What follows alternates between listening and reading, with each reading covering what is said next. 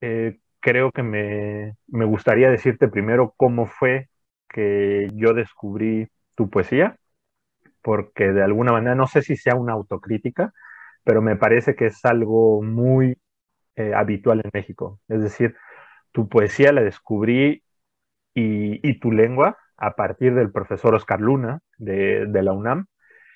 Y siempre he tenido la visión que en México, desde la escuela elemental hasta la universidad, la visión que nos daban de la literatura en lenguas originarias era como si fuera un objeto un poco lejano a nosotros, como metido en una vitrina, que estéticamente era bonito, pero que no tocábamos y que no queríamos mover para nada.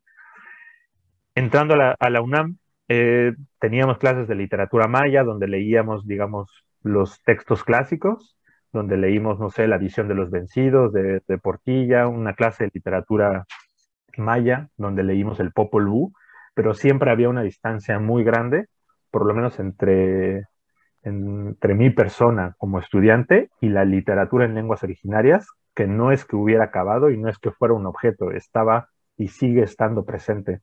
Entonces, a partir de ciertas clases, como la del profesor Oscar Luna, fue que, digamos, tal vez ingenuamente me di cuenta que la realidad lingüística en México es mucho más grande, que hay muchas más lenguas y que la literatura maya y que la literatura náhuatl no son las únicas. Evidentemente hay 68 lenguas en México que tienen una, no sé si necesariamente todas una producción literaria, pero bueno, hay muchísimos casos que son completamente ignorados, o por lo menos yo ignoraba la mayoría, ¿no? Aún estando en una institución en la cual hay expertos en ciertas lenguas, en ciertos temas, pero bueno, el zoque para mí, digamos, había sido completamente desconocido hasta hace poco que el profesor me recomendó tu poesía y que la empecé a leer y que sinceramente me gustó muchísimo. Bueno, para comenzar, después de eso, me gustaría hacer una muy breve introducción, como te lo había dicho, sobre ti, pero creo que más bien me gustaría que tú lo complementes, porque me parecía tal vez un poco hipócrita ahora yo querer decir qué es el zoque cuando lo acabo de descubrir, ¿no? Para mí sigue siendo una lengua desconocida que estoy en proceso de descubrir. Entonces, bueno, Miqueas, tú naciste en Chiapas, ¿no? Un estado del sureste mexicano, un estado que en los años 90 fue, no sé, digamos como un boom cultural a partir del movimiento zapatista, del EZLN. Creo que Ujú. fue un punto clave, el cual hizo que todo el mundo, todo el mundo pusiera los ojos en Chiapas a partir de este levantamiento indígena, de la reivindicación de los derechos. Y digamos, este levantamiento también tocó los ámbitos sociales. Yo recuerdo haber escuchado, o sea, evidentemente conocía el estado de Chiapas, tengo familia allá, pero digamos, conocer la problemática de Chiapas para mí vino a partir del movimiento zapatista y, y recuerdo haber escuchado las canciones, no sé, de Manu Chao o de muchos otros grupos de rock, no solamente mexicanos, sino de otros países, que hablaban de lo que estaba sucediendo en ese estado. Entonces, Chiapas es un estado que tiene una riqueza cultural muy grande, tiene una presencia de pueblos originarios muy importante y al mismo tiempo me parece que también es un estado completamente, no sé si completamente, pero fuertemente olvidado, que tiene índices de pobreza muy grandes. Eh, Tu licenciatura, según los videos que vi y lo que leí, no la hiciste en Chiapas, sino en Tabasco, si es así. Sí, sí, sí. Ujú. Fue una licenciatura en Ciencias de la Comunicación, me parece, y después hiciste bueno, una maestría en la Universidad Autónoma de Barcelona en lengua y literatura, no, en didáctica de la lengua y la literatura. Investigando también un poco sobre tu trabajo, hay un elemento que me llamó mucho la atención y era, digamos, tu postura como activista a través de rescatar la lengua y como activista verdaderamente hablando de los problemas que hay en Chiapas, como combatiendo un poco todas estas empresas transnacionales o enormes que absorben todo y que no tienen cara y que no les importa, digamos, la situación de ciertas comunidades. vi bastantes videos en los cuales hablabas de esta problemática. Y otro elemento que también me interesó mucho fue la estación radial, que no sé si en estos momentos todavía, o sea, si todavía participes en ella, pero digamos, me pareció a través del radio que también era una manera de hacer activismo y que era una herramienta muy poderosa para dar a conocer otras voces, que no son las voces del Estado, que no es el radio o la televisión o los medios controlados regularmente por el Estado. Con respecto al zoque, intenté hacer una búsqueda, digamos, no tan profunda porque creo que carezco de muchos elementos lingüísticos que me puedan permitir conocerla más. Más bien me basé también en ti misma hablando del zoque, hablando de la profundidad que tenía como lengua, de la complejidad que tiene también. Y bueno, me gustaría, Miquea, si puedes complementar, si quieres complementar algo y si nos puedes hablar también un poco sobre el zoque como lengua viva. Bueno, pues yo creo que sí has resumido bastante bien un poco la cuestión académica. Bueno, estudié ciencias de la educación y sí hice el máster en didáctica de la lengua y enseñanza de la literatura. Y bueno, sí, mi trabajo ahora es más aquí en la comunidad, vivo aquí en la comunidad, entonces como hay ciertas problemáticas que no pueden ser ajenas y pues participo de manera activa en las actividades que toca hacer aquí en la comunidad. Bueno, el zoque es una lengua pues de las más antiguas que se hablan en Mesoamérica, viene de la cultura olmeca con más de 3000 años de antigüedad. El zoque no es una cultura, una lengua que sea muy estudiada, a diferencia de la maya o de la náhuatl, justo porque a lo mejor lo que es llamativo para los investigadores, para antropólogos, arqueólogos, es más como la cuestión visible, que es como las pirámides, como la cuestión histórica visible que puede existir. Entonces, y nosotros estamos en un territorio donde no hay esos vestigios arqueológicos. Entonces, la cultura se ha conservado de manera, pues, bastante bien, digamos, porque, bueno, justo porque como no es llamativa, ha existido y ha coexistido en un espacio, en un territorio que tiene pues mucho conocimiento, una filosofía, tiene una forma de ver la naturaleza, una forma de relacionarse con el territorio, la propia espiritualidad, a pesar de que hay pues sin duda una gran influencia del cristianismo en nuestra zona. Pero sin embargo, justo porque también mencionabas el levantamiento zapatista. Los zoques fuimos, me parece, de los únicos en Chiapas que no participamos del levantamiento zapatista, porque como no somos mayas, en Chiapas hay 13 lenguas. 12 son mayenses y la zoque, que es como aparte. Y entonces en ese asunto de conglomeración de lenguas, cuando fue el levantamiento zapatista, los que fueron convocados fueron más los mayas, digamos, los de lenguas mayenses, y los zoques, además que son territorios que están lejos, digamos, del centro, que es Tuxtla o de San Cristóbal, la zona de los Altos, que fueron los más involucrados, y nosotros estamos en la parte norte de Chiapas, más cerca de Tabasco o de Veracruz. Entonces estamos como más alejados, digamos, de lo que es Chiapas, de la capital. Y bueno, entonces es así como a grandes rasgos estamos en este territorio que tiene como una historia poco estudiada. Eso. Ok, igual un poco en la búsqueda que estaba haciendo sobre el zoque me parecía justo eso, que no encontraba si había como algunos asentamientos que permitían de alguna manera visibilizar más la lengua, ¿no? Porque creo que eso pasa con el maya, eso pasa con otras lenguas que digamos son, no sé si culturas más grandes, pero que se desarrollaron de una manera diferente y que las hace más visibles, ¿no? Entonces el trabajo de rescatar el zoque lo empecé a ver a partir de tu poesía y buscando un poco encontré que habían bastantes cosas en internet y por ejemplo encontré un grupo que se llama La Sexta Vocal que cantaban rock, ska en zoque y en español y me pareció genial, o sea, me pareció muy interesante ver que se está, digamos, rescatando desde diferentes puntos. Miqueas, bueno, para pasar a la primera parte, que sería hablar de tu poesía, tengo 4 preguntas. La primera sería, ¿por qué escribir en Zoque?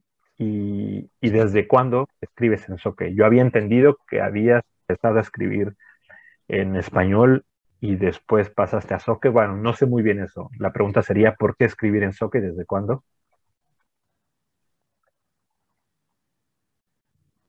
Sí, bueno, yo empecé a escribir en español porque soy de taller literario. Yo participé en el taller literario de Maximino García Jacome en la universidad mientras estaba a la par en la carrera de Ciencias de la Educación. Y bueno, yo sentía que había elegido mal esa carrera y entonces a la par de estudiar Ciencias de la Educación también estudiaba literatura y Maximino tenía como esa apertura como un profesor más como abierto, no tanto estricto, rígido con la cuestión de las asistencias. Entonces él me permitía a mí tomar las clases los sábados, que era los días que él daba el taller con personas en la biblioteca Pino Suárez. Era gente ajena a la universidad. Él daba ese taller ahí como abierto en la biblioteca Pino Suárez, pero yo estaba inscrita en la universidad como para tomar las clases entre días de semana con él, pero pues a él le valía, ¿no? Me dejaba entrar a su clase los sábados. Y bueno, así fue que concluí con él y la verdad yo iba para escribir cuento porque a mí me gusta mucho la narrativa.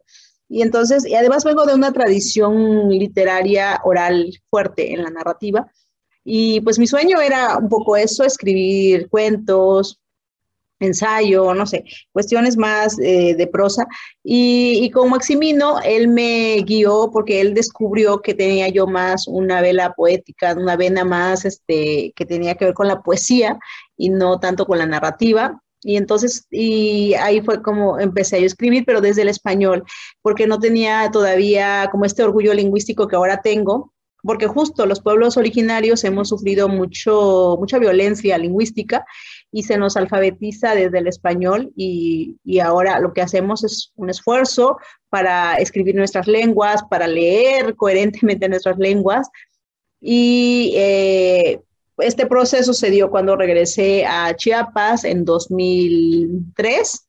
Regresé a Chiapas y tuve contacto con lo que es el CELALI, el Centro de Lenguas, Artes y Literaturas Indígenas, que está en San Cristóbal y que también es una institución que se creó a raíz del movimiento zapatista. Entonces era una demanda también que venía en los acuerdos de San Andrés, el tener un espacio para la lengua, para la literatura, para el arte de los pueblos indígenas. Y bueno, ese era un espacio privilegiado de alguna manera porque nos permitía a nosotros reflexionar sobre la importancia de reivindicar nuestras lenguas en Chiapas. Y entonces estuve en seminarios, estuve en actividades donde había gente que nos orientaba sobre ese tema de reivindicar nuestra identidad. Y ahí fue donde empecé a escribir en el Zoque. Yo no sabía siquiera que había una gramática, un alfabeto en mi lengua materna, y ahí fue donde fui entrando como en ese mundo que era el mío, pero que de alguna manera no sabía que podía ser posible. Entonces, fue en esa época cuando empecé a escribir desde el español, y les digo, ya no tanto desde el español, sino también en mi lengua materna. Entonces, digamos, el INALI es de alguna manera una de las consecuencias positivas del movimiento zapatista, porque yo no había entendido muy bien si, digamos, el querer conservar las lenguas, si es siempre desde la misma comunidad, o si habían, digamos, instituciones, que la verdad es que no lo creo que hayan en México, digamos, gubernamentales. En ese sentido, son ustedes mismos los que se organizaron para salvar su lengua. Sí, bueno, no es el INALI, no es el Instituto Nacional de Lenguas Indígenas, es el CELALI, es el Centro Estatal, CELALI, Centro Estatal de Lenguas, Artes y Literaturas Indígenas, que en su momento, cuando yo me acerqué a ellos en 2003, 2004, 2005, estaba como en un momento importante, incluso de presupuestos. Había festivales, había talleres, había mucha gente que iba a las comunidades y fortalecía mucho el arte a través de la pintura, del grabado, de la literatura, de la música incluso, de la danza. Pero eso te estoy hablando desde 2004. Ahora, esa institución que en algún momento el Estado financió bien, ahora está pues muy raquítico el presupuesto, ya no hacen mucho, ya no pueden, ya no el Estado ya no les da financiamiento como les daba en ese momento, porque era en aquellos tiempos donde se hablaba, había pláticas sobre del cumplimiento de los acuerdos de San Andrés, había como una cuestión de presión social también sobre la mirada hacia los pueblos originarios. Ahora, tristemente, ya no es el mismo panorama, pero yo tuve la fortuna de acercarme al CELALI en un momento en el que había todos estos apoyos y toda esta reivindicación cultural en Chiapas. Sí, me parece importante eso. Creo que yo igual cuando fue el movimiento zapatista era muy joven, pero me parecía que lo que recibía era mucho. Había una presión muy grande y había, no sé, como todos los focos puestos en Chiapas para ver qué era lo que estaba pasando. Y sí, justo era el CELALI, no era el INALI. Y bueno, me gustaría saber qué inspira, qué nutre tu poesía. Tal vez es una pregunta un poco ambigua, pero ¿hay algún elemento, digamos, no sé, de tu misma comunidad? Supongo que hay muchos que nutran tu creación poética.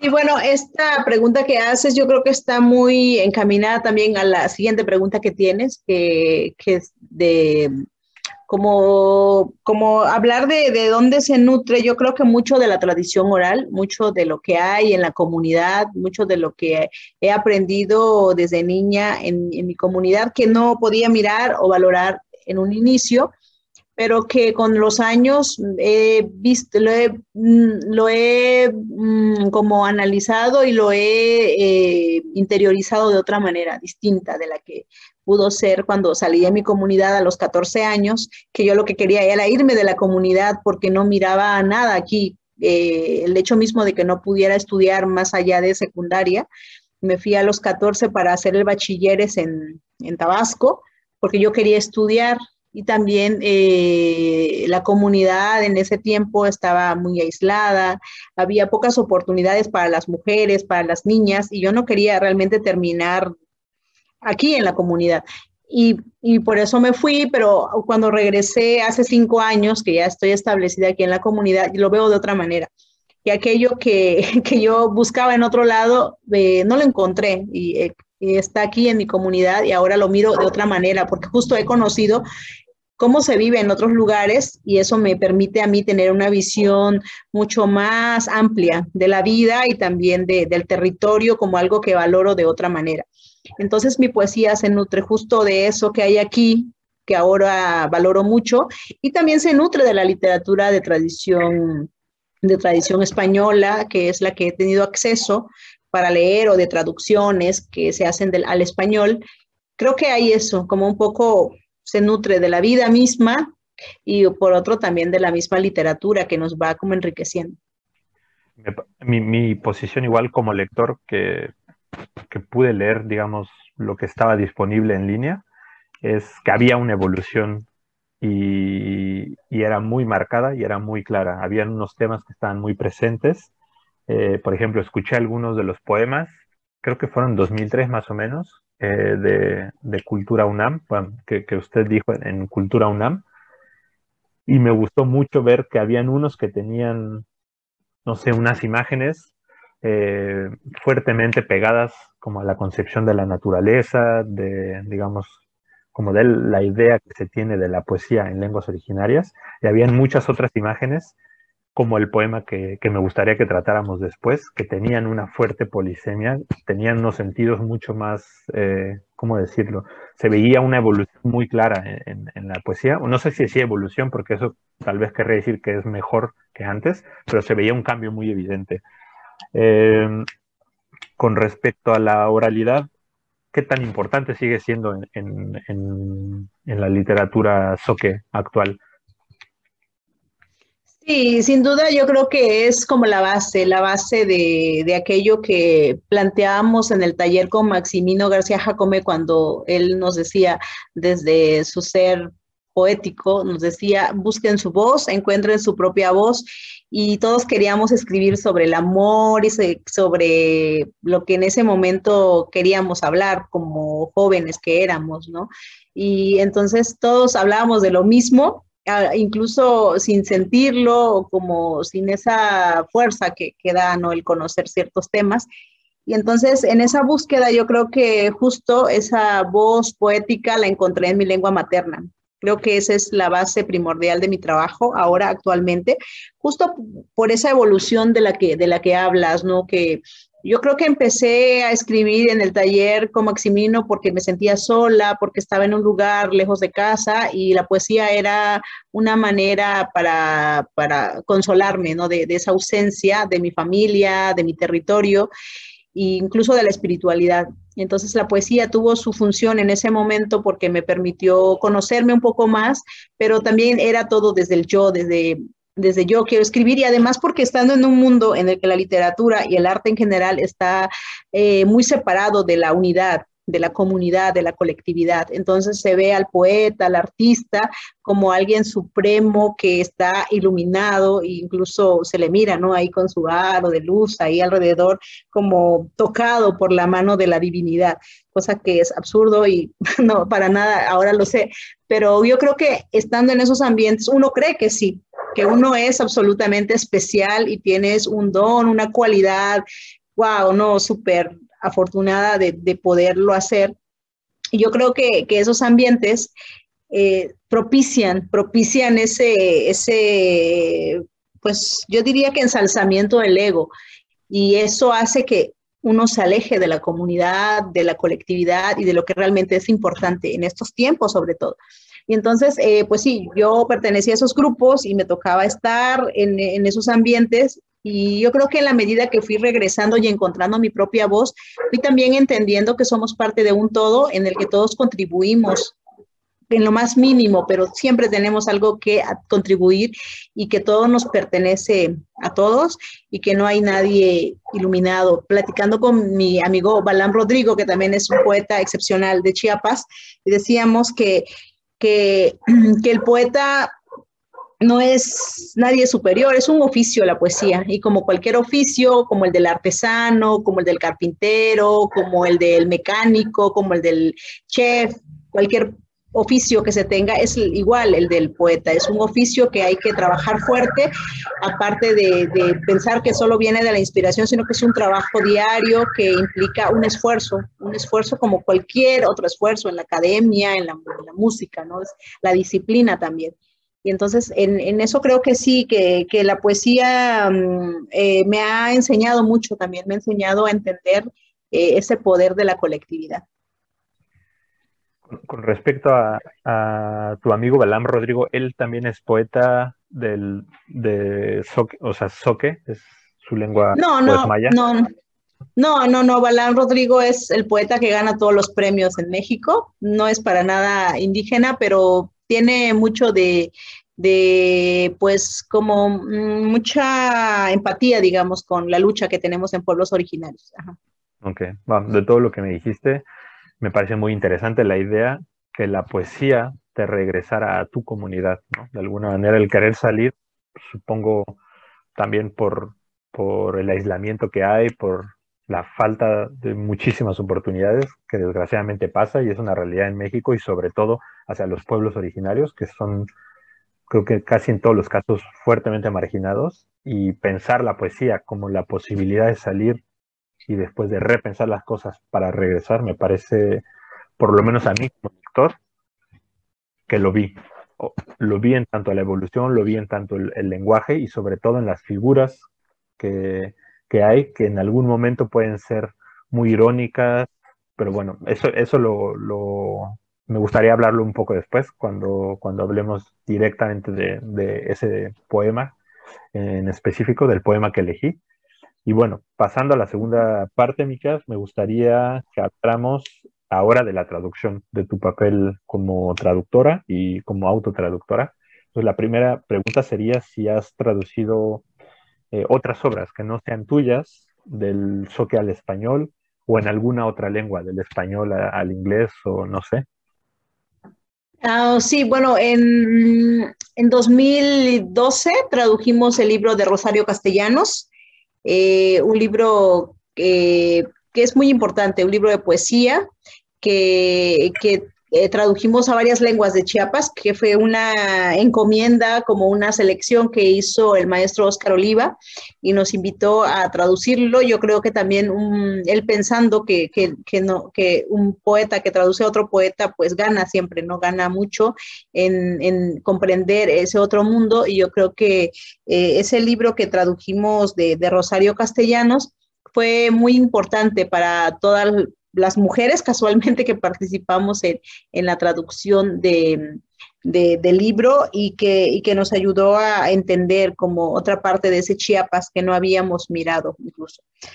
También he traducido un poco a Alda Merini porque me gusta mucho la poesía de Alda Merini, y he hecho traducciones de radio, he hecho muchas traducciones de radio, porque bueno, es un trabajo que hice por varios años, y que también ayuda, ¿no? Como a compartir esa otra parte que hay en la literatura y que sería imposible si no se hace, si no se echa mano de la traducción.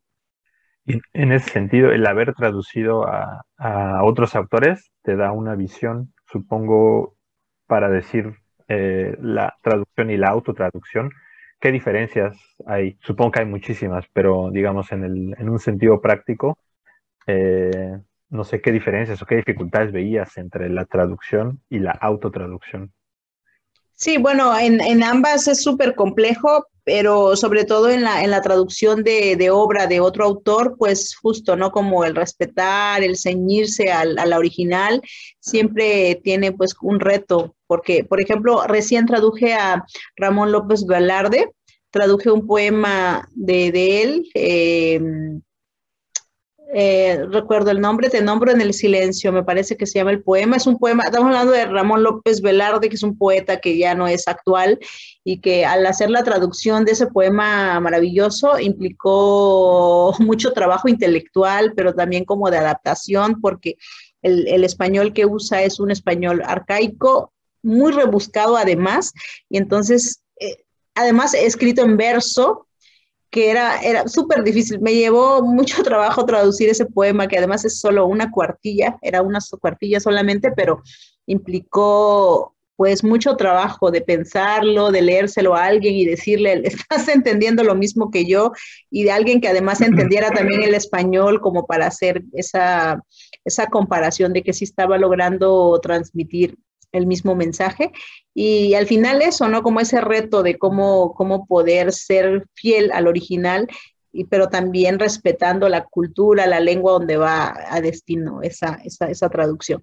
Y respecto a la autotraducción, yo creo que para mí como traductora y como autora es un trabajo muy complejo que hemos platicado también en otros medios, en otros espacios de reflexión, que a los únicos que se les pide, se les exige que sean autotraductores, pues es a los pueblos originarios, ¿no? Como que nos vemos obligados a que para dar a conocer nuestra obra tengamos que pasarlo al español, porque es la lengua dominante, es la lengua en la que uno puede transmitir el trabajo.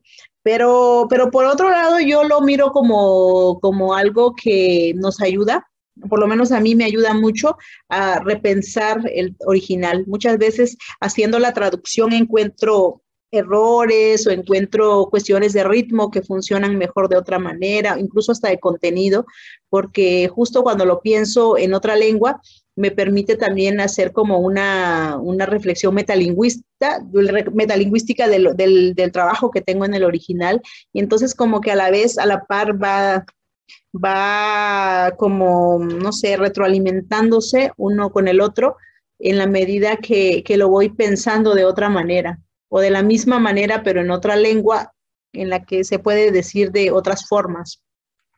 En este proceso de la autotraducción, me parecía interesante saber si el resultado final era, digamos, una traducción casi que literal o sería una reescritura y recreación. Comentabas el caso de López Velarde, que tenía un cierto vocabulario y que había, digamos, de alguna manera que respetar, no sé si sea respetar, pero bueno, seguir ciertos criterios que eran los de López Velarde. Al momento de hacer una autotraducción, el tener una libertad autoral, el tener, digamos, pleno conocimiento de la obra, ¿eso hace que el resultado cuando pasa de una lengua a otra sea el mismo o cambia considerablemente? Pues yo creo que siempre se busca que no cambie, que se conserve, pero en el caso de la autotraducción, antes de que sea publicado, yo creo que sí, para mí, en mi caso sí ha cambiado. Muchos poemas han cambiado en el momento que hago la traducción, cambia el original y a veces o sea, a diferencia de que tengo que ceñirme al autor, porque como yo misma soy la autora, me doy esa licencia y digo, no, me gusta más cómo se escucha en español y lo voy a cambiar en soque porque tiene más fuerza. Entonces puedo hacer esa modificación, esa recreación de mi propia obra a partir de la traducción. Para mí, no sé si para todos es igual, pero a mí como me gusta traducir, que toma mucho tiempo, pero me permite como tallerear incluso mis poemas a partir de la autotraducción. Algo que también había pensado era, usted hace autotraducción del zoque al español o viceversa, y las dos lenguas son lenguas, sus lenguas maternas. No sé si en el caso de pasar, por ejemplo, del español al inglés, digamos, como de una lengua materna a otra lengua, eso ya no es autotraducción, pero digamos, no sé qué tantas dificultades se encuentre. De alguna manera podría yo pensar, tal vez ingenuamente, que el pasar por dos lenguas maternas y al ser usted la autora, tiene estas libertades que supongo que también presenta ciertas dificultades y puede cambiar, como usted lo dijo, pero, pero si pasa no sé, de una lengua materna a otra, ha hecho este ejercicio, no sé, a inglés o tal vez alguna otra lengua, ha hecho este tipo de traducción o ha sido regularmente entre el español y el zoque. Sí, regularmente ha sido del español, eso que no he hecho traducciones al inglés, pero recién me reuní con mis dos traductores al inglés, que Ok. son Dave Dishuk y Wendy Cole. Apenas en el mes pasado nos vimos en Oaxaca y hablamos justo de traducción. Ellos llevan ya más de 10 años haciendo traducciones mías al inglés y nunca habíamos tenido la oportunidad de sentarnos los tres y discutir poema por poema porque va a salir en 2023 un libro mío al inglés con las traducciones de ellos dos y pues queríamos como verificar que efectivamente hubiera como esa, como la interpretación precisa de las traducciones que ellos han hecho y sí notamos que sí, hay muchas cosas que uno como traductor tienes que preguntarle al autor qué quiso decir, porque como todos son interpretaciones y pues puede tener muchas y a la hora de la traducción uno decide, ¿no? Al tomar la decisión de cuál crees que va, pero es como más una cosa intuitiva.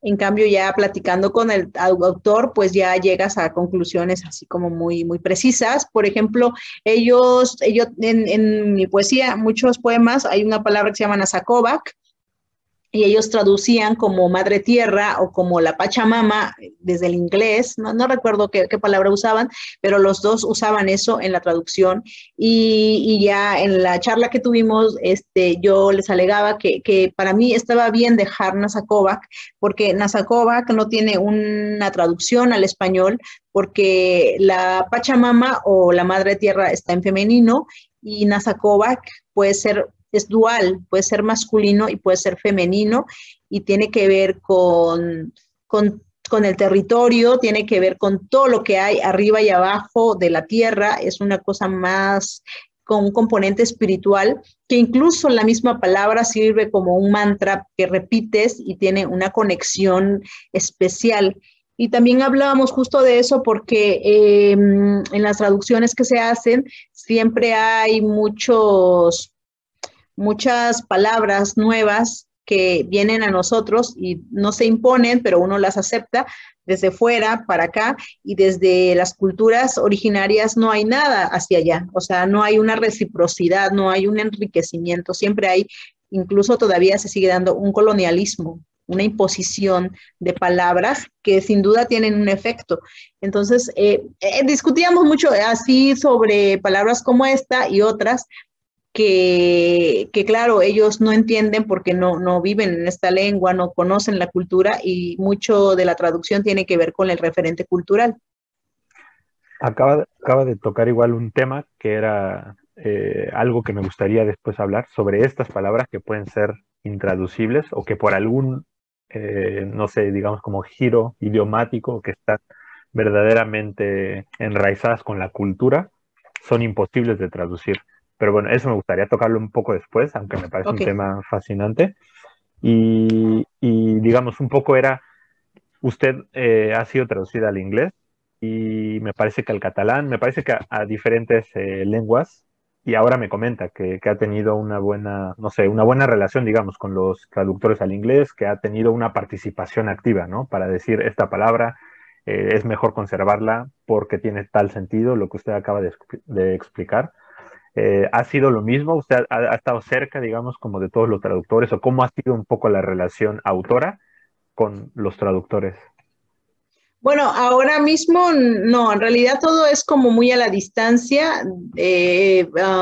Recuerdo que un poeta bengalí me tradujo un poema y de pronto tenía una duda, ¿no? Que la saltaba y me mandaba un correo y me decía, lo interpreto de esta manera, ¿es correcta o no? Y bueno, pero siempre ha habido como ese intercambio que también lo he tenido con David y con Wendy desde que ellos hacen traducción de mi poesía, pero nunca habíamos tenido como esta reunión presencial juntos, los tres discutiendo y hablando de traducción, que fue muy enriquecedor, porque además a mí no me molesta que ellos me cuestionen y me digan, es que esto aquí me hace ruido o esto aquí suena así, porque yo como traductora siempre me cuestiono esas cosas también.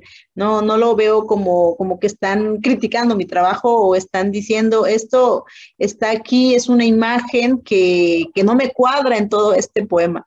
Y entonces puedo, incluso hasta platicando con ellos dijimos, bueno, yo creo que con esto que me están diciendo ustedes desde su visión, digamos, ya en una tercera lengua, yo puedo reflexionar y decir, a lo mejor ese poema pudo ser mejor si lo cambio por esta palabra. Porque yo siempre lo miro con esos ojos del taller, porque yo soy de taller literario y entonces acepto sin ningún reparo el que algo está mal en un poema y puede moverse, o en un cuento, lo que sea, que puede uno modificarlo y siempre puede mejorar. Entonces, en ese sentido, pues he trabajado bien con los traductores porque tenemos como un lenguaje en común. Eso me parece importante en muchos sentidos y sobre todo en la apertura que usted tiene a hablar con el traductor y al recibir, si no críticas, los comentarios de decir esto y esto, porque muchas veces se tiene la idea, o sobre todo lo que vamos iniciando en la traducción, que casi que el autor es impoluto, que no se le debe de tocar y se le debe de dejar tranquilo y uno debe de asumir todo su trabajo como traductor sin consultar al escritor. A mí me parece difícil en ciertos sentidos, justo por algunos giros o por algunas expresiones que pueden ser muy difíciles, que yo siento que sí se tendría que consultar si es que se puede. Y otra cosa que me parecía bastante relevante de lo que usted decía era la apertura que usted tiene por ser también usted traductora de su obra. Digamos, tiene las competencias para decir, ah, bueno, tal vez no lo había pensado desde este punto de vista, pero bueno, eso me parece que enriquece no solamente la traducción que va a hacer la final en inglés, sino su trabajo también como creadora literaria. Sí, eso nos pasó mucho, sobre todo en los poemas de mi primer libro, porque tiene un lenguaje más literario quizás, pero también tiene palabras más rebuscadas, incluso hasta un lenguaje más críptico. Yo siempre había batallado mucho con el lenguaje críptico, así de que qué quiso decir aquí el poeta, es tan difícil entenderlo aun cuando entienda y cada palabra que dice, pero la manera como usó la sintaxis para manifestar esta imagen siempre representa un reto para alguien como traductor, porque se presta a muchas interpretaciones, justo porque la poesía da la posibilidad de hacer un lenguaje mucho más metafórico, usando como muchos recursos, pero también ese usar muchos recursos hace que la traducción sea más compleja porque se presta a más interpretaciones. Y entonces justo era eso, hablar, discutir sobre qué quisiste decir aquí, porque para mí esta palabra me suena que es esto, pero ya como lo pegas con esta otra palabra, me da otra intención y eso justo, como para entrar en esa conversación y lograr que no se pierda la imagen, pero que tampoco sea algo muy absurdo en la lengua donde va. Igual, esto no lo había pensado como pregunta y ahora me lo estoy planteando un poco, pero sería, ¿qué tan conveniente, por así decirlo, sería que al momento de traducir poesía, el traductor sea poeta? No sé si se pueda dar en todos los casos, pero digamos, en mi experiencia que yo vengo más de la narrativa, estoy regularmente fascinado por la poesía, pero desconozco mucho y me cuesta mucho más trabajo y ni siquiera me planteo la posibilidad, por ejemplo, de hacer ciertos giros o dar ciertos matices que los entiendo en español y pasarlos, por ejemplo, al francés, me costaría mucho trabajo. ¿Usted piensa, por ejemplo, que tal vez alguien un traductor que sea poeta tiene más competencias que alguien que no lo sea para traducir poesía? Yo no lo creo tanto, aunque porque he trabajado con Wendy, que ella es traductora académica, y he trabajado con David, que es poeta, es librero de toda la vida y sabe como muy bien ese tema. Y con ellos he trabajado muy bien. Yo creo que el traductor, cuando es un buen traductor, no importa, puede traducir lo que sea, hasta leyes, porque es más como la interpretación y la capacidad que se tiene para poder reapropiarnos de esa idea y ponerla en la lengua que queremos, en la que queremos transmitirla. Por supuesto, a lo mejor habrá más facilidad, pero también es como un juego doble, ¿no? El ser poeta y traducir poesía, porque también entra a tu lado como también poeta y una cuestión como de egos, como de decir, esto sería mejor de esta otra forma.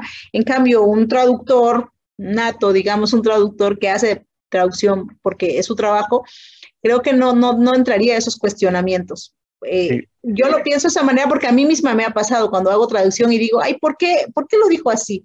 Pudo haberlo escrito de esa manera, que no me pasa cuando traduzco, por ejemplo, algo que tiene que ver con leyes o cualquier otro tema, porque pues me ciño al original y no estoy como fantaseando. sí creo que podría tal vez entrar, o sea, podría haber ventajas y desventajas, no sé, al haber un poco justo esta parte de creación que podría tener el mismo poeta o de reapropiación de la obra, que en un sentido podría ser bueno e interesante, y en otro podría tal vez cambiar el sentido original, ¿no? Y pensaba, por ejemplo, en uno de los ejemplos más famosos que era como Borges traduciendo a Faulkner, que decían, bueno, pues lo que hizo es casi que una reinterpretación completa. Bueno, no es poesía eso, es narrativa, pero bueno, digamos, es Borges, podría hacer, o tenía, digamos, la autoridad de hacer la traducción que él quería, pero el resultado final es muy diferente. Pero bueno, esto igual es otro tema. Me gustaría volver un poco a la traducción en lengua zoque y la pregunta, digamos, como más puntual, antes de comenzar un mínimo análisis del poema que le planteé, fue, bueno, la pregunta es, ¿a qué se enfrenta una traductora de la lengua zoque en un país como México, donde hay constantemente un proceso de invisibilización a los pueblos originarios? Pues mira, yo creo que en México en los últimos años ha habido como mayor apertura para escuchar otras voces distintas de las del español, pero sin lugar a dudas todavía hay mucho desconocimiento. Lamentablemente hay mucho desconocimiento, y lo atribuyo más justo a que no hay esos mecanismos de difusión. Siempre las editoriales que publican a poetas originarios siempre son editoriales muy pequeñas que no tienen como esa amplitud para hacer que el trabajo se coloque, digamos, en librerías o que pueda mucha gente tener acceso a ello. Y entonces sigue habiendo como ese obstáculo. Incluso eso genera que haya pues poca empatía, incluso desconocimiento. Mucha gente que piensa que los poetas en lenguas originarias, no sé, no tienen calidad en su trabajo o simplemente que desconocen pues de cómo está el avance en la literatura. Por ejemplo, hace 2 años fuimos a Cuba, estuvimos en varias universidades, fui con Pergentino Ruiz, que es un narrador oaxaqueño, zapoteco, y estuvimos en ese espacio y una profesora se sorprendió porque nosotros habíamos leído nuestro trabajo y además teníamos que dar como una charla a los estudiantes universitarios y la profesora casi que en voz alta dijo, ay, pero si hasta se les entiende lo que dicen, no sé, y entonces nosotros lo escuchamos y bueno, nos pareció irrelevante, pero por ejemplo, Karel Leiva, el hijo de Waldo Leiva, él iba con nosotros y él sí se molestó mucho y se puso a discutir muy al estilo cubano ahí con la profesora, porque justo es eso, ¿no? Como que al ver este desconocimiento, mucha gente piensa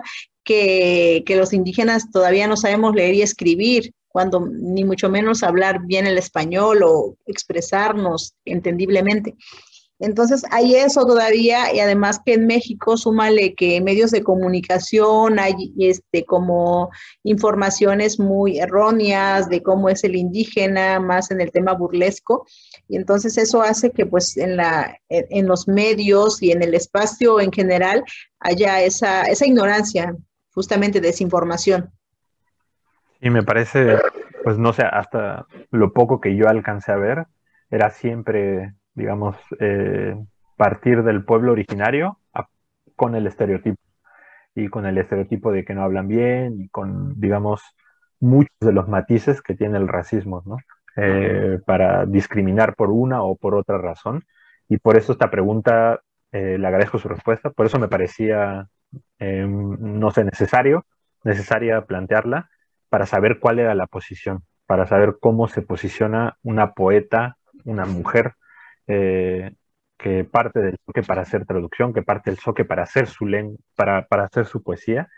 Bueno, le agradezco y me gustaría que volviéramos un poco a lo que me había comentado antes, y esto sería entrar a un análisis muy mínimo, muy breve, porque como le digo, yo no parto de la poesía, aunque me encanta, aunque creo que lo que me fascina mucho es la imposibilidad de poder analizarla como sé de alguna manera analizar la narrativa a partir de teorías.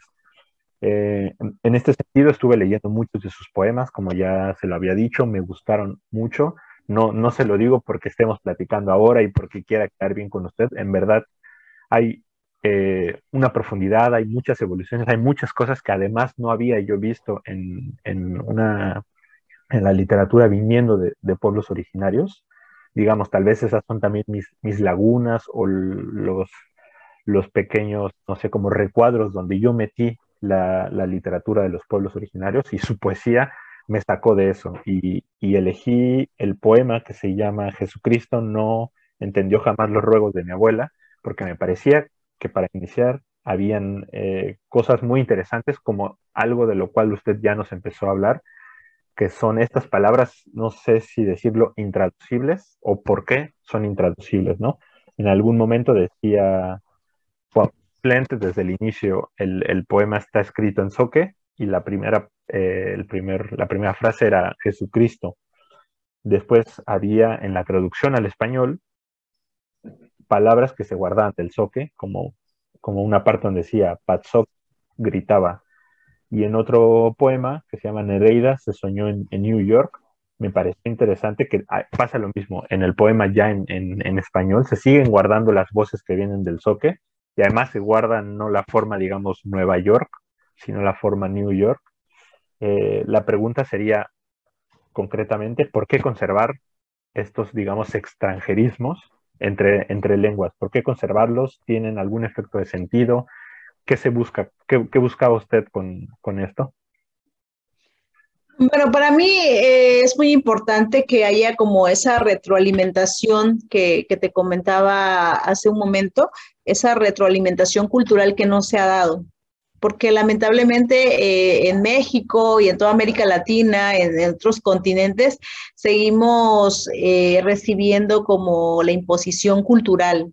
Hay una imposición cultural que está evidente en la música, en el cine, en la literatura y no hay esa, o sea, hablando de multilingüismo, de multiculturalismo, de toda esta diversidad que hay en el mundo, y vemos que sigue dominando un pensamiento único, un pensamiento que es dominante, pero a la vez es, o sea, ya cae como en el hartazgo justo. Yo creo que hay también una necesidad en la humanidad de saber, de aceptar o de por lo menos conocer que hay muchas diversidades y hay muchos conocimientos, filosofías, formas de ver y sentir la naturaleza, el espacio, la espiritualidad, y pues que todo eso está inmerso en las lenguas que se hablan en el mundo. Una de esas lenguas es la mía, no es ni mejor ni peor, simplemente es distinta. Y yo creo que si hay un intercambio importante que la humanidad debe de enriquecerse en ella, yo creo que está también el conocer que hay formas distintas de nombrar las cosas. Entonces, en ese nombrar las cosas, me parece que es importante que se posicionen palabras específicas que culturalmente tienen una carga energética. Yo creo mucho en eso, en la energía, en lo que somos nosotros, somos energía, lo decía Einstein, y se sigue demostrando, ¿no? Todo el tiempo a través de la ciencia incluso, pero aunque sea algo que esté negado o por lo menos poco reconocido. Pero se sabe que las palabras también tienen una funcionalidad, tienen una magia, un poder. Y entonces cuando nosotros dejamos de nombrar las cosas tal como se nombran en los lugares específicos, que tienen una sacralidad, que tienen una fuerza en el hecho mismo de que se les nombra, se les reconoce, se les da un valor y por lo tanto también se les da un respeto a su existencia. Entonces creo que la literatura tiene una deuda tremenda con todas estas palabras que están innombradas, que están invisibilizadas y al no ser nombradas y al no ser evocadas han perdido su fuerza, están como en el abandono, pero por supuesto siguen existiendo. Entonces yo creo mucho en el poder de la literatura para poder recobrar esa fuerza mística que tiene la naturaleza a través de las montañas, de los ríos, de los lugares sagrados. Y pues hay muchos espacios en mi comunidad, en mi territorio, que tienen esa magia. Tenemos un volcán que tiene una energía femenina que protege ese volcán, que es Pioguachugüe, y esa entidad femenina, esa energía que es Pioguachugüe, pues ha quedado un poco como en el abandono, un poco como en el misterio, incluso como se ve como algo que la gente indígena dice, que nombra, pero que sin embargo tiene una presencia importante en el imaginario colectivo y que además tiene una función, que es la protección del espacio, que es el volcán, el Tzitzungot. Entonces, yo creo que todos esos espacios que nos anteceden a nosotros como seres humanos, que en la cuestión de la vida somos pues muy pequeñitos, nuestra vida dura 100 años, es mucho, ¿no? Tal vez menos, y un volcán vive millones de años, ya estaba cuando llegamos, entonces tiene una presencia que es potente, imponente, y entonces es ese reconocimiento también a esos espacios, a los cerros, que también tienen sus propios nombres, como nosotros, y son entidades vivas, que al ser nombradas, podemos nosotros regresarles su poder y también como su espacio en este mundo con el que convivimos día a día. Y entonces yo creo que ese es un poco el insistir en conservar esos nombres porque justo tienen esa carga energética que es vital para la humanidad. Mi posición como lector, cuando leía la primera vez que leí los poemas, me parecía que tenía exactamente lo que usted decía, como una carga energética, un sentido estético muy grande que no se hubiera tenido, que no se hubiera guardado si se traducía de alguna manera, ¿no? Y me pareció que había una dualidad que a mí me gustó mucho y me apasionó, que fue pensar el sentido, no sé, tradicional, estético, energético de la palabra misma y al mismo tiempo una especie de combate, de posicionarse, de mostrar que ahí está el toque, ¿no? Dentro de la traducción al español, ahí sigue estando. Eso es algo de lo que más me atrajo de muchos de los poemas, pero particularmente de este. Y ligado con la siguiente pregunta sería la sonoridad, por ejemplo. Yo evidentemente no entiendo nada de soque, pero intenté plantearme el ejercicio de escucharla a usted declamando en soque y después escuchar en español varias veces para yo intentar descubrir la sonoridad, la diferencia que había, cómo cambiaba. Digamos, no creo que haya llegado a mucho, aunque la sonoridad del soque me pareció muy bella. Y la pregunta, digamos, como puntual sería, ¿qué se pierde y qué se gana en este proceso de traducir? ¿Se pierde sonoridad? ¿Se gana una forma diferente? Sí, en la cuestión de la sonoridad, en comparación con el español, pues sí es totalmente distinta. Nosotros tenemos incluso hasta en la grafía, tenemos la sexta vocal que suena como creo que también en francés lo tienen, no sé, y tenemos la glotal que también tiene un sonido, tenemos como la TZ que suena mucho, tenemos sonidos nasales que el español no tiene. Además que el soque es muy rápido, se habla como de una manera muy veloz. Yo cuando empecé a hablar español tenía esa dificultad que habla, de hecho todavía lo hablo muy rápido, ¿no? Siento que poco a poco he tratado de domarme, controlarme y hablar como más pausado, pero el soque es así, es como muy rápido, es muy musical, pero también es como muy rápido y entonces eso también habla de cómo a nivel del pensamiento hay formas distintas de cómo uno utiliza el lenguaje. Y entonces, en ese sentido, el español es distinto, ¿no? Tiene también como sus convenciones propias que desde la lengua materna es totalmente diferente, pero en la cuestión de la sonoridad, sí, totalmente distinta, totalmente distinta. Sí, como le comentaba, al final no es que pudiera como entender verdaderamente nada que venía del soque, pero la sonoridad me gustaba mucho en soque y también en español, pero evidentemente la sentía eh, que era diametral, que habían tomado dos caminos diferentes. Lo que comentaba de la sexta vocal, de hecho al inicio le había hablado de este grupo de rock ska, creo que se llamaba la sexta vocal, no sé si lo dije o no, y Sí. justo estas particularidades lingüísticas, lo de como este sonido con TZ, que me parece que está mucho en náhuatl, en, en Soque no sé si lo distinguía tanto, pero de alguna manera yo sin conocer nada y siendo las primeras veces que lo escuchaba, me parecía que sonoramente tenía más, no sé si decir que era más accesible para mí, pero me parecía tal vez menos complejo en cuanto a la fonética, en comparación, por ejemplo, de algunas otras lenguas, no sé, del purépecha, donde habían algunos sonidos que verdaderamente me parecían eh, sumamente difíciles de pronunciar. El francés lo tiene y tiene semivocales y es bastante difícil y bastante ilógico a veces.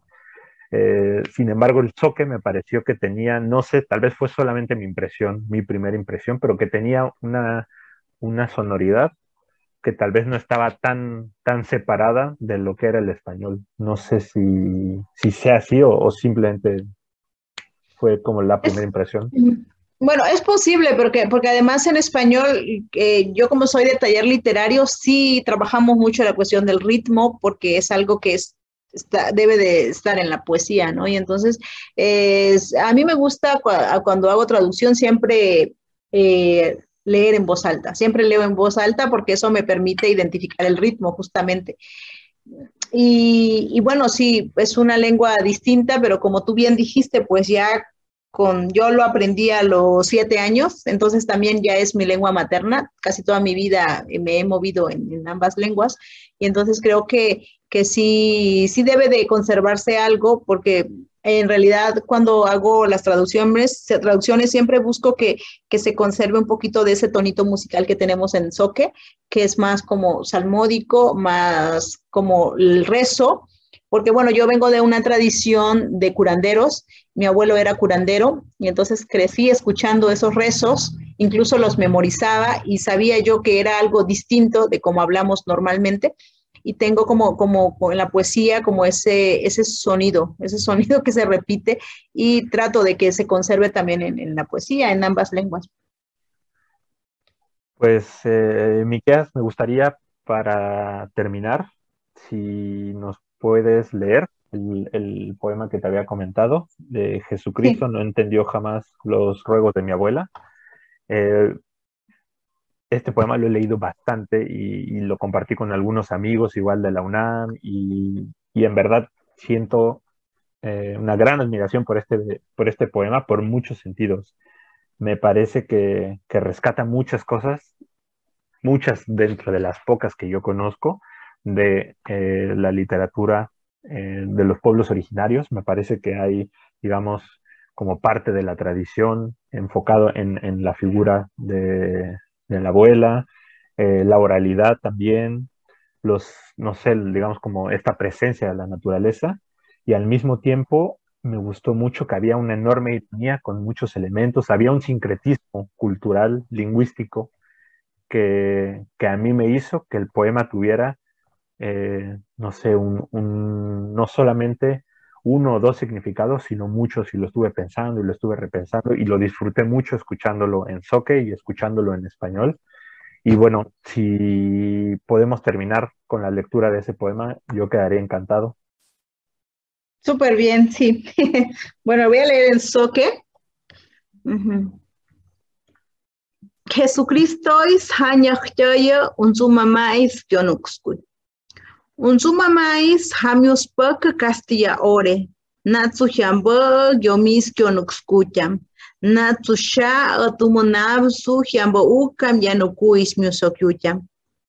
Unzumamais yanjambana huche ore omorirena muspavo tutsamos aguaji. Tese kutneviana yabugomis vinangomora.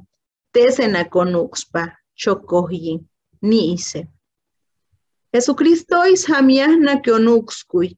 Te llore un zumba más ñoitu napomarrosas yomara. Tese sungbana tumumat sabirun omora guadbasenaca. San Miguel Arcángelis hamiahna kionuxkui. Un suma mais kionuxkui wenengomo yachoñguitamdena. Ukishtit numbana. Tese poyaspana te toyaram. Patsoke huespana, te se te sanga mitana yangu kioma, te yangu kioma rike una yahu cuya yunera. Jesucristo no entendió jamás los ruegos de mi abuela. Mi abuela nunca aprendió español. Tuvo miedo del olvido de sus dioses. Tuvo miedo de despertar una mañana sin los prodigios de su prole en la memoria. Mi abuela creía que solo en zoque se podía hablar con el viento, pero se arrodillaba ante los santos y oraba con fervor más que nadie. Jesucristo nunca la escuchó. La lengua de mi abuela tenía el aroma de las pomarrosas y el brillo de una estrella le nacía en los ojos cuando cantaba. San Miguel Arcángel nunca la escuchó. Los ruegos de mi abuela a veces eran blasfemias. Jukishtit decía y los dolores cesaban. Patzoque gritaba y el tiempo se detenía bajo su cama. En esa misma cama parió a sus 7 hijos. Muchísimas gracias, Miquel. No, pues nada.